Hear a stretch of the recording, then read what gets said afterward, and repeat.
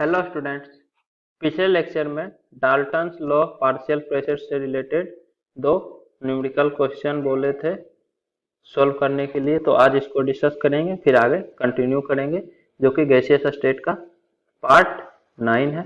यदि आपने अभी तक पार्ट 1 to 8 नहीं देखे हैं तो हमारे चैनल पे जाके पार्ट 1 to 8 देख लें। तो फर्स्ट क्वेश्चन है, a flask of 2.8 litre capacity contain 5.6 gram N2 and 0.6 gram H2 at 0 degree Celsius. Calculate the total pressure of the gaseous mixture. If the mixture is permitted to react, a ammonia gas at the same temperature will form. इसमें यहाँ पे लिख दीजिए permitted to react and ammonia gas at the same temperature will form. What materials will be finally found and what will be their partial pressure. तो सबसे पहले आपके पास एक कंटेनर है जिसका कि वॉल्यूम दिया हुआ है 2.8 लीटर। इसमें 5.6 ग्राम N2 और 0.6 ग्राम H2 इस कंटेनर में है और टेम्परेचर है 0 डिग्री सेल्सियस। तो टोटल प्रेशर क्या होगा इस गैसियस मिक्सचर का, ये आपको बताना है। तो 5.6 ग्राम N2 और 0.6 ग्राम H2, तो नंबर ऑफ मोल N2 का क्या हो जाएगा, नंबर ऑफ मोल होगा मास डिवाइडेड बाय GMM, और GMM होता है N2 का 28, तो डिवाइडेड बाय 28, तो ये हो जाएगा 2/10। और number of mole of H2 क्या होगा, मास डिवाइडेड बाय GMM, और H2 का मास H2 का GMM होता है 2 ग्राम, तो ये हो जाएगा 0.3 मतलब 3/10।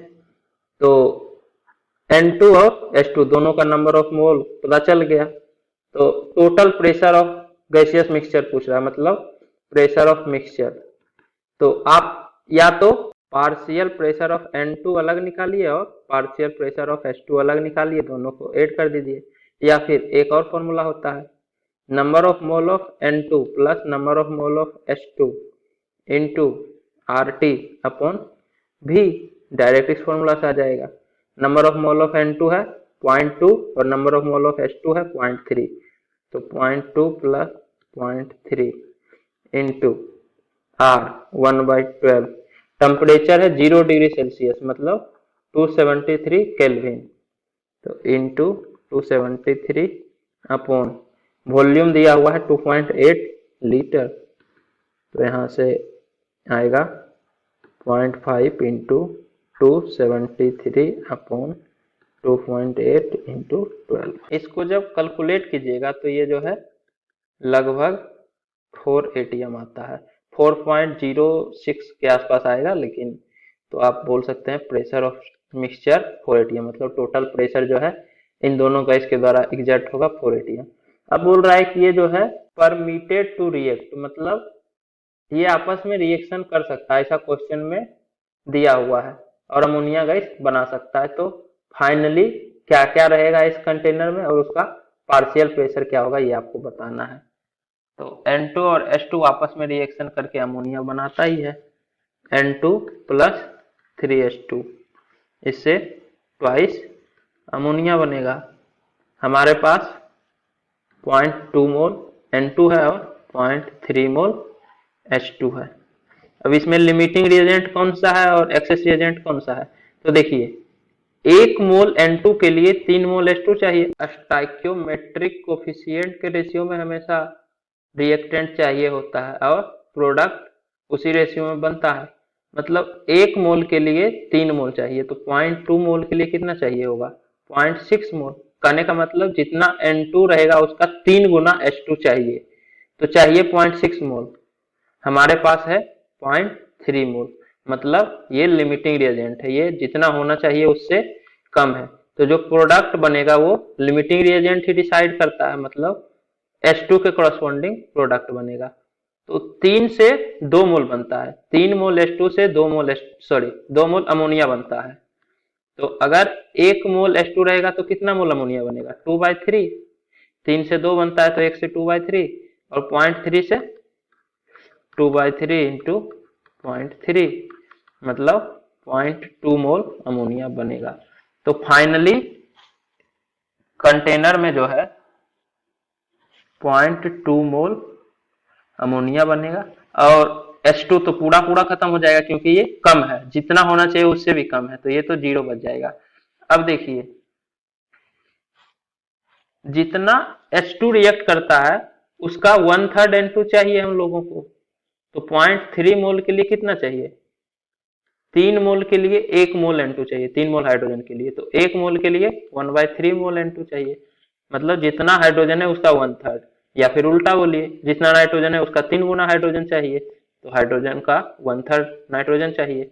तो 0.3 मोल के कॉरस्पॉन्डिंग 1/3 इंटू 0.3 मतलब 0.1 मोल N2 चाहिए। मतलब 0.3 मोल के साथ 0.1 मोल रिएक्शन कर लेगा, और हमारे पास 0.2 मोल है, मतलब 0.1 मोल ज्यादा है, तो ये अनरिएक्टेड बच जाएगा। तो फाइनली 0.1 मोल N2 भी बच जाएगा। 0.1 मोल N2 और हाइड्रोजन तो 0 मोल रहेगा और 0.2 मोल अमोनिया रहेगा। तो number of mole of N2 पता है और number of mole of ammonia पता है, तो आप पार्शियल प्रेशर दोनों का निकाल सकते हैं। यही ना पूछ रहा है पार्शियल प्रेशर, तो पार्शियल प्रेशर हो जाएगा partial pressure of N2 equal to number of mole of N2 into RT upon V, और partial pressure of ammonia equal to number of mole of ammonia into RT upon V। तो ये हो जाएगा 0.1 into 1/12 into temperature 0 degree Celsius ही है, question में दे रहा है कि टेम्परेचर सेम ही रखना है। ये at same temperature, ammonia gas at the same temperature, मतलब अमोनिया गैस जब फॉर्म होगा तो टेम्परेचर में ना तो इंक्रीज करना है ना डिक्रीज करना है टेम्परेचर को। तो टेम्परेचर 0 डिग्री सेल्सियस ही रखना है, मतलब 273 केल्विन। तो 273 से मल्टीप्लाई होगा और इसको 2.8 लीटर वॉल्यूम से डिवाइड करना पड़ेगा। तो इसको जब कैलकुलेट कीजिएगा तो ये आता है 0.8 ATM, और 0.8 अगर ये आता है तो प्रेशर ऑफ NH3 हो जाएगा 1.6, क्योंकि नंबर ऑफ मोल NH3 का 2 गुना हो जाएगा, मतलब 0.1 की जगह सिर्फ 0.2 होगा। 0.2 इंटू 1/12 इंटू 273 अपॉन 2.8। तो बाकी सब तो एज इट इज है, इसको आप लिख सकते हैं 2 इंटू 0.1, मतलब जितना इसका कैलकुलेशन आएगा उसका डबल, तो 1.6 आएगा। नहीं तो आप कैलकुलेट कर लीजिए, यही आ रहा होगा प्रेशर ऑफ अमोनिया 1.6 ATM। इसके बाद सेकंड क्वेश्चन है, a flask of 5.6 litre capacity contains a mixture of SO2 and O2 gas at 273 Kelvin and 2 ATM pressure. If the mixture is made to react to form SO3 gas at the same temperature, the pressure in the flask reduces to 1.5 ATM. The pressure of SO3 gas in the final mixture is। तो इसमें बोल रहा है कि आपके पास एक container है जिसमें SO2 गैस और O2 गैस प्रेजेंट है 273 केल्विन टेम्परेचर पे। तो प्रेशर जो है, मतलब प्रेशर ऑफ मिक्सचर SO2 और O2 के कारण जो प्रेशर एग्जर्ट हो रहा है ये है 2 ATM, और कंटेनर का वॉल्यूम है 5.6 लीटर। इसके बाद बोल रहा है ये जो मिक्सचर है ये रिएक्ट करके SO3 गैस बनाता है, तो जो प्रेशर है वो 2 ATM से घट के 1.5 ATM हो जाता है। तो SO3 गैस के कारण प्रेशर कितना होगा फाइनल मिक्सचर में, ये आपको बताना है। तो इसका जो है रिएक्शन देखिए, ट्वाइस SO2 प्लस O2 से ट्वाइस SO3 बनता है। अब जो है अगर टेम्परेचर और वॉल्यूम सेम रहे, टेम्परेचर एंड वॉल्यूम अगर सेम है तो प्रेशर क्या होगा, ये डायरेक्टली प्रोपोर्शनल होगा नंबर ऑफ मोल के। मतलब अगर मान लेते हैं कि इनिशियली जो है प्रेशर इनिशियल इसके कारण A है, SO2 के कारण, और O2 के कारण B है, और SO3 का तो इनिशियली 0 मोल है तो इसके कारण तो प्रेशर 0 होगा।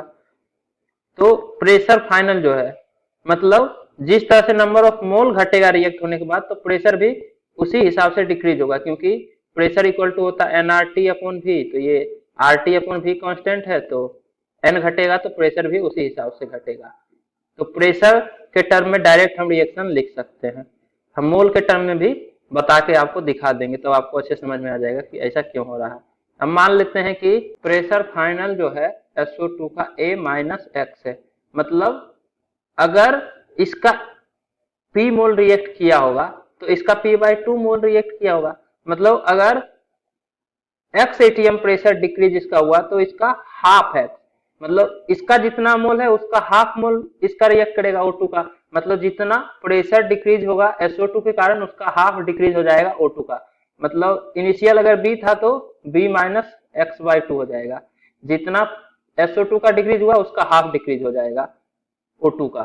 सिमिलरली 2 मोल से 2 मोल बनता है, मतलब अगर P मोल रिएक्ट किया है तो P मोल इसका बना होगा, कहने का मतलब जितना मोल SO2 का डिक्रीज हुआ है उतना मोल SO3 का बनेगा, मतलब मोल के घटने के कारण जो प्रेशर डिक्रीज हुआ SO2 में उतना प्रेशर SO3 में इंक्रीज हो जाएगा, मतलब x एटीएम प्रेशर SO3 का होगा। इनिशियली प्रेशर कितना है 2 ATM, A plus B equal to 2 ATM. Finally है, फाइनल टोटल प्रेशर कितना होगा A-X plus B-X/2 plus x, मतलब A plus B-X/2।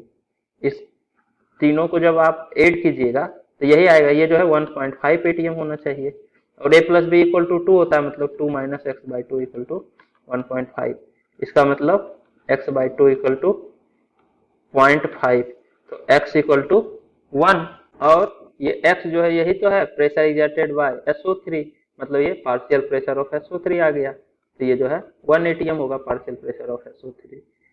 Direct pressure में क्यों डील किए, क्योंकि प्रेशर जो है डायरेक्टली प्रोपोर्शनल है नंबर ऑफ मोल के। आप चाहें तो मान लें कि A मोल SO2 का है और B मोल O2 का है इनिशियली, अब इसमें से X मोल रिएक्ट कर लिया, तो A में से X मोल रिएक्ट किया तो A-X, और इसका 2 मोल के लिए 1 मोल O2 का चाहिए, मतलब इसका X मोल अगर रिएक्ट किया तो X/2 मोल O2 का रिएक्ट किया होगा, इसका हाफ, और 2 मोल से 2 मोल बनता है, मतलब X मोल से X मोल बनेगा, तो ये आपका नंबर ऑफ मोल है। तो इनिशियली प्रेशर ऑफ मिक्सचर क्या होता है, number of mole of A plus number of mole of B into RT/V, मतलब A plus B into RT/V, ये जो है 2 के इक्वल होगा, कहने का मतलब A plus B equal to 2V/RT, और फाइनली आप इसको ऐड कीजिएगा नंबर ऑफ मोल के लिए, टोटल नंबर ऑफ मोल ये हो जाएगा number of mole of A plus B plus C, तो प्रेशर ऑफ मिक्सचर होगा number of mole of A plus B plus C into RT/V, और ये तो इतना आएगा pressure of mixture A plus B-X/2 into RT/V equal to 1.5, तो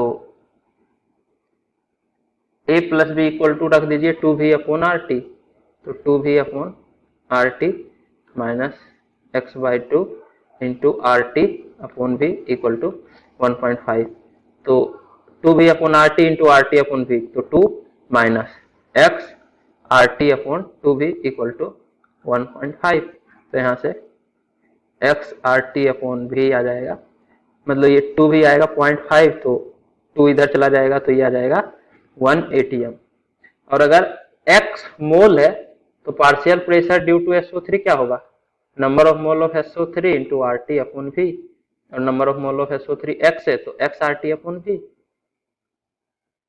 वही आएगा 1 एटीएम।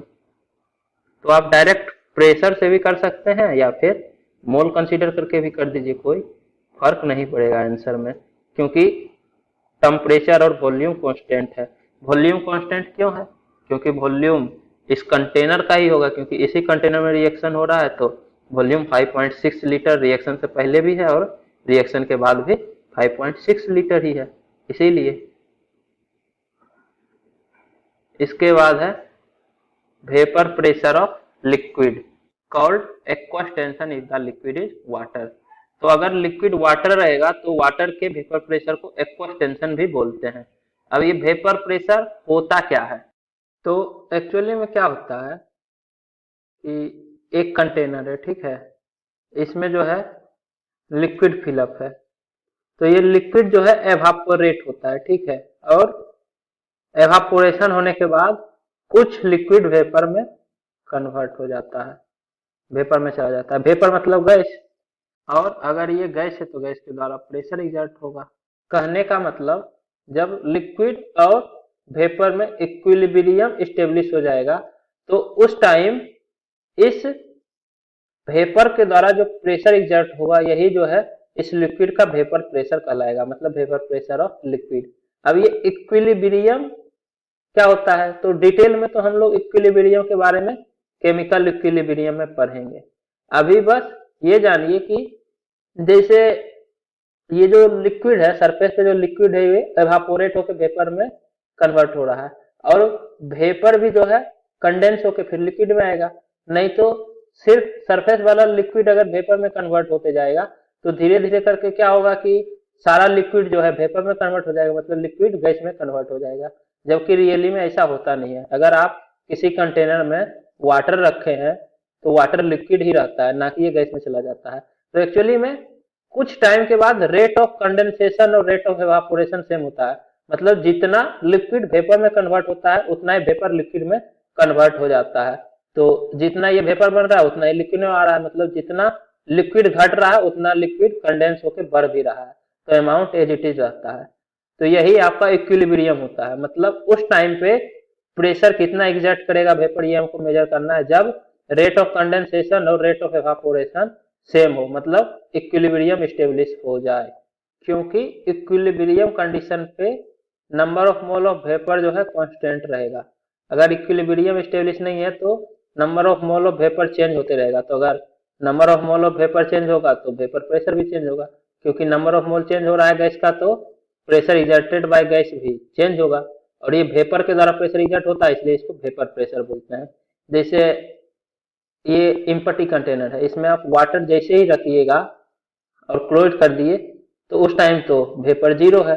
अब ये धीरे धीरे करके वेपर में कन्वर्ट होने लगेगा। कन्वर्ट होते होते होते होते एक टाइम पे ऐसा होगा कि अमाउंट जो है वेपर का फिक्स हो जाएगा, क्योंकि इसके बाद जितना लिक्विड वेपर में कन्वर्ट हो रहा है उतना ही वेपर कंडेंस भी हो रहा है। तो अब अमाउंट फिक्स हो गया, मतलब number of mole of vapour constant हो गया। तो इस टाइम जो प्रेशर होगा ये भी फिक्स रहेगा। अगर स्टार्टिंग में आप देखिएगा तो स्टार्टिंग में तो प्रेशर जीरो होगा और ये धीरे धीरे बढ़ेगा और इक्विलिब्रियम पे जाके कांस्टेंट हो जाएगा बढ़ते बढ़ते, उसके बाद नहीं बढ़ेगा। तो वेरी वाला तो वेपर प्रेशर नहीं ले सकते हैं, तो इक्विलिब्रियम पे कितना प्रेशर रहेगा वही हम लोग वेपर प्रेशर मानते हैं। और लिक्विड जो है किसी भी टेम्परेचर पे वेपर में कन्वर्ट होता है, ऐसा नहीं है कि बॉइलिंग पॉइंट पे ही लिक्विड जो है वेपर में कन्वर्ट होगा। किसी भी टेम्परेचर पे एवापोरेशन होता है, बस बॉइलिंग पॉइंट के टाइम इतना वेपर हो जाता है कि वेपर हम लोग को दिखने लगता है, लेकिन वेपर में किसी भी टेम्परेचर पे लिक्विड कन्वर्ट होता है। तो इसमें कंफ्यूज नहीं करना है कि रूम टेम्परेचर पे लिक्विड अगर रखा हुआ है तो एवापोरेट होगा या नहीं होगा, होगा, बस कम अमाउंट वेपर का बनता है। इतना कम बनता है कि दिखता नहीं है, लेकिन वाटर जैसे लिक्विड है तो ये एवापोरेट होता है, वेपर प्रेशर एग्जर्ट करता है। तो डिफिनीशन हो गया वेपर प्रेशर का। It is defined as the pressure exerted by vapours of a liquid when an equilibrium is established between liquid and its vapour. तो जब लिक्विड और उसके वेपर के बीच में इक्विलिब्रियम स्टेब्लिश हो जाएगा तो उस टाइम वेपर के द्वारा जो प्रेशर एग्जर्ट होगा वही उस लिक्विड का वेपर प्रेशर कहलाएगा।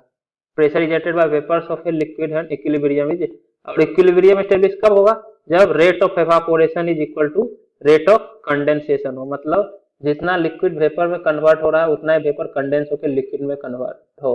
तो इस टाइम जो प्रेशर एग्जर्ट होगा वेपर के द्वारा यही वेपर प्रेशर कहलाएगा लिक्विड का, is called vapour pressure of liquid. Manometer से आप मेजर कर सकते हैं। यहाँ पे ये जो एच हाइट है ये वेपर के द्वारा जो प्रेशर एग्जर्ट हो रहा है उसी के कारण तो इस यूट्यूब में हाइट का डिफरेंस आया। मतलब अगर वेपर नहीं बनता तो हाइट जो है सेम हॉरिजॉन्टल लाइन पे रहता, मतलब जितना लिक्विड इसमें रहेगा उतना ही लिक्विड इसमें भी रहेगा, लेकिन यहाँ एच हाइट का डिफरेंस है, मतलब ये प्रेशर लगा रहा होगा इसलिए इसको प्रेशर के कारण ये थोड़ा सा नीचे कर दिया, सेम हॉरिजॉन्टल लेवल पे नहीं है। प्रेशर मेजरमेंट बाय मैनोमीटर हम बता चुके हैं पहले, वही चीज तो है। और मैनोमीटर अगर आपको ध्यान हो तो इसमें एयर फिलअप नहीं रहता है, तो ये वैक्यूम है। यहाँ तक तो मरकरी है, उसके बाद यहाँ ये वैक्यूम है, कोई भी एयर नहीं है, नहीं तो एयर के द्वारा भी यहाँ पे प्रेशर होता। तो ये जो हाइट h है ये रिप्रेजेंट कर रहा है कि वाटर का वेपर प्रेशर के द्वारा कितना प्रेशर एग्जर्ट हो रहा है। Height h of mercury coulomb represent vapour pressure of water at T degree Celsius. मतलब वाटर, ये जो कंटेनर है ये अगर T डिग्री सेल्सियस पे है तो T डिग्री सेल्सियस पे वाटर के द्वारा कितना वेपर प्रेशर एग्जर्ट हो रहा है ये हाइट h बता रहा है, क्योंकि मैनोमीटर से प्रेशर मेजरमेंट करते हैं।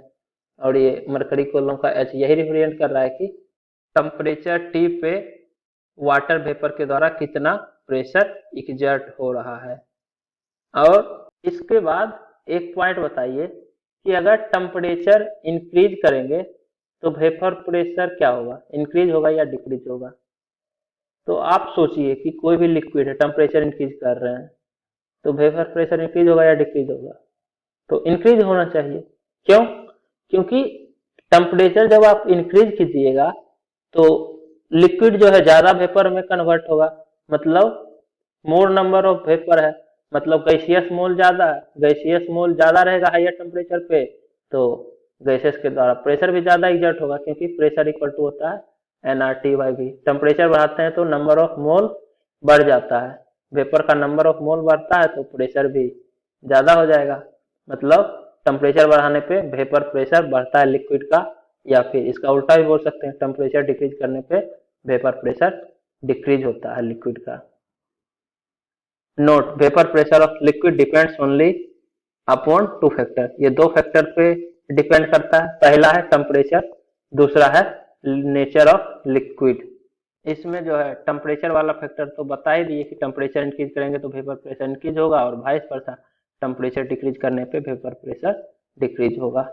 अब नेचर ऑफ लिक्विड में क्या होता है कि वैसा लिक्विड जिसका कि बॉइलिंग पॉइंट कम है वो ज्यादा वेपर प्रेशर एक्सर्ट करेगा। कहने का मतलब लिक्विड ए है और लिक्विड बी है, तो अगर लिक्विड ए का बॉइलिंग पॉइंट कम है, boiling point of A is less than boiling point of B, तो सेम टेम्परेचर पे अगर दोनों का टेम्परेचर T है तो लिक्विड ए के द्वारा वेपर प्रेशर ज्यादा एग्जर्ट होगा। ऐसा क्यों?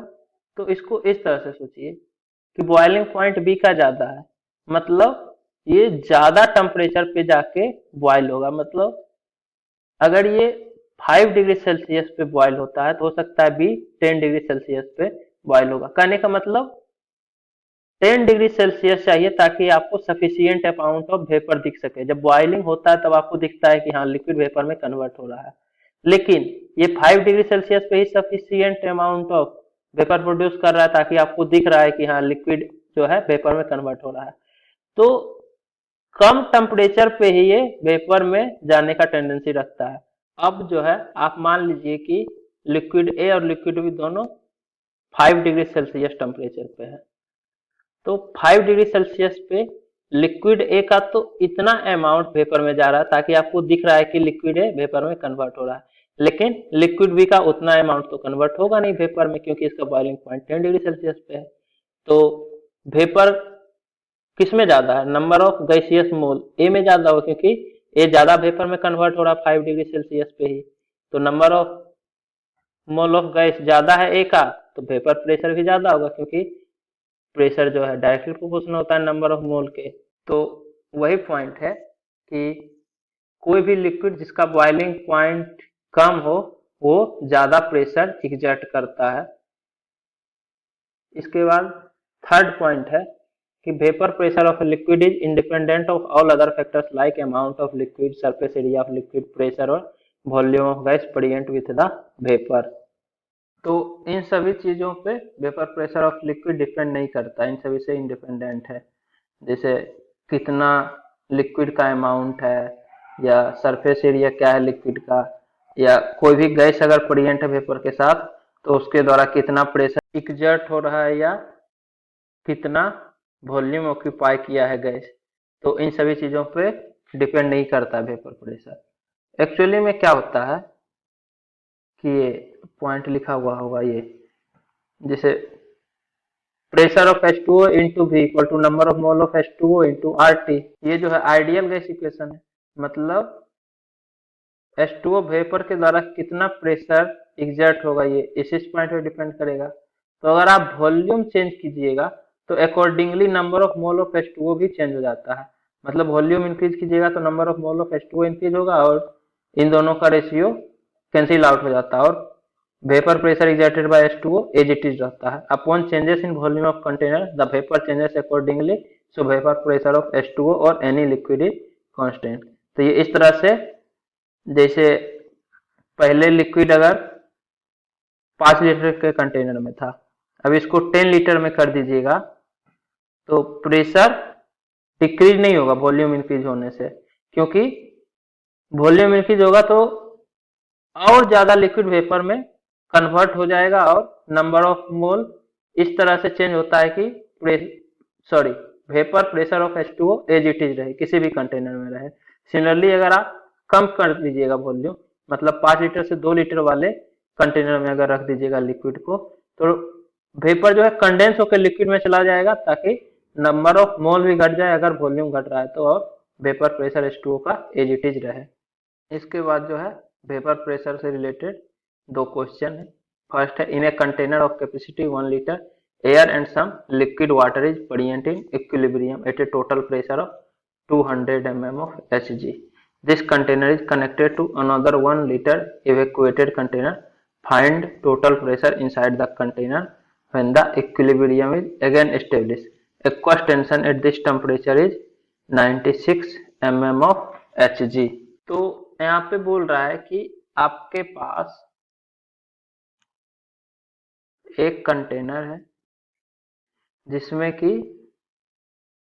एयर है और सम लिक्विड वाटर इज प्रेजेंट, कुछ लिक्विड भी प्रेजेंट है थोड़ा सा, और इस कंटेनर का वॉल्यूम है 1 लीटर। ठीक है, अब ये लिक्विड है तो लिक्विड जो है कुछ वेपर में कन्वर्ट होगा, तो इस वेपर के द्वारा भी प्रेशर एग्जर्ट होगा और एक्वस टेंशन दिया हुआ है 96 mm।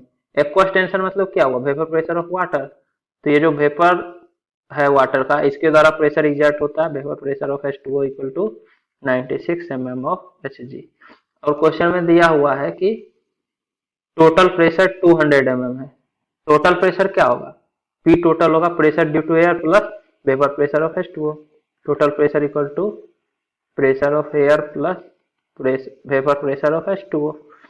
टोटल प्रेशर 200 है equal to pressure of air plus vapour pressure 96, तो प्रेशर ऑफ एयर हो जाएगा 104 mm ऑफ Hg। अब बोल रहा है कि इसको जो है एक पाइप के द्वारा दूसरे कंटेनर से कनेक्ट कर दिए जिसका कि वॉल्यूम 1 लीटर है।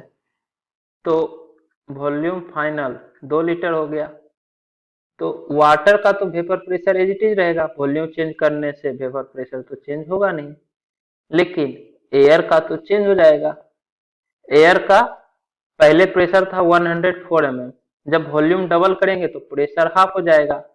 ये P1 V1 equal to P2 V2, Boyle's law, sorry T2 नहीं, P2 V2।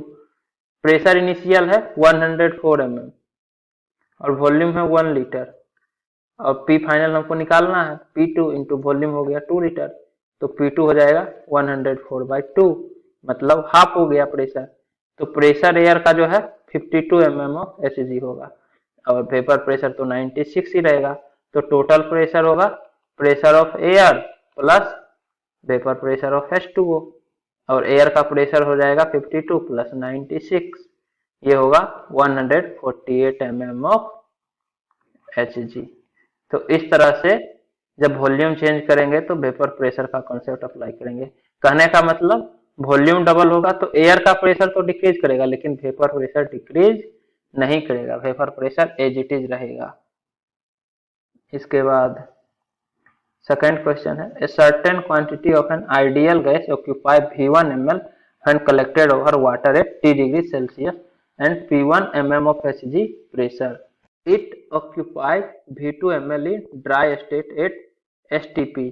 Determine vapor pressure of water at this temperature. तो T डिग्री सेल्सियस पे वाटर का वेपर प्रेशर आपको फाइंड आउट करना है। तो देखिए आइडियल गैस इक्वेशन अप्लाई कर दीजिए। गैस के लिए तो आइडियल गैस इक्वेशन अप्लाई हो जाएगा, मतलब P initial V initial upon T initial equal to P final V final upon T final.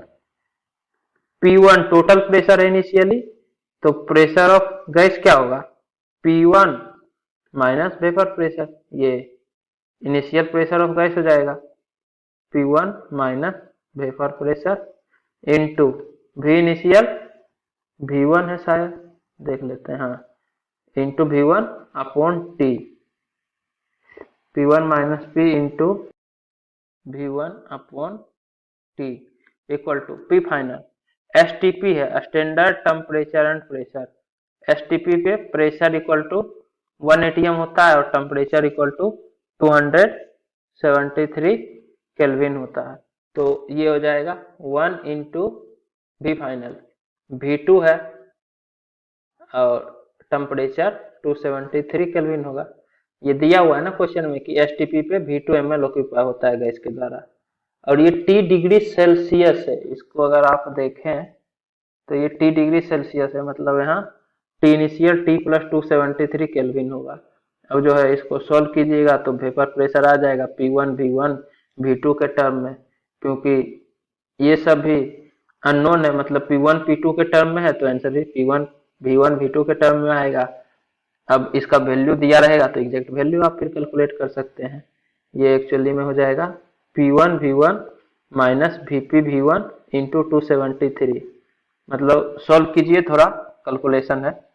एक और पॉइंट, ये जो P1 है ये P1 mm ऑफ Hg है, देखिए क्वेश्चन में P1 mm ऑफ Hg, तो P फाइनल जो होगा ये भी आपको mm ऑफ Hg में लेना पड़ेगा, मतलब ये 1 atm equal to 760 mm of Hg, 760 mm of Hg। तो यहाँ आप 760 लीजिए, तो जो वेपर प्रेशर आएगा वो भी mm ऑफ Hg में आएगा, mm ऑफ Hg में आएगा। नहीं तो इसको अगर आप 1 लेना चाहते हैं तो P1 को भी atm में कन्वर्ट कर दीजिए, एटमॉस्फेरिक प्रेशर, मतलब P1 अपॉन 760 कर दीजिए माइनस वेपर प्रेशर। तो इस केस में जो वेपर प्रेशर का वैल्यू आएगा वो जो वैल्यू आएगा उतना एटीएम होगा, ठीक है। तो आप जिससे भी करना चाहें उससे हो जाएगा, हम तो mm ऑफ Hg में ही कन्वर्ट कर देते हैं, मतलब P1 minus vapour pressure into V1 upon T plus 273 equal to 760 into V2 upon 273। जब आप कैलकुलेट कीजिएगा तो वेपर प्रेशर इक्वल टू आएगा 273 P1 V1 minus 760 V2 into T plus 273, T plus 273 upon 273 V1।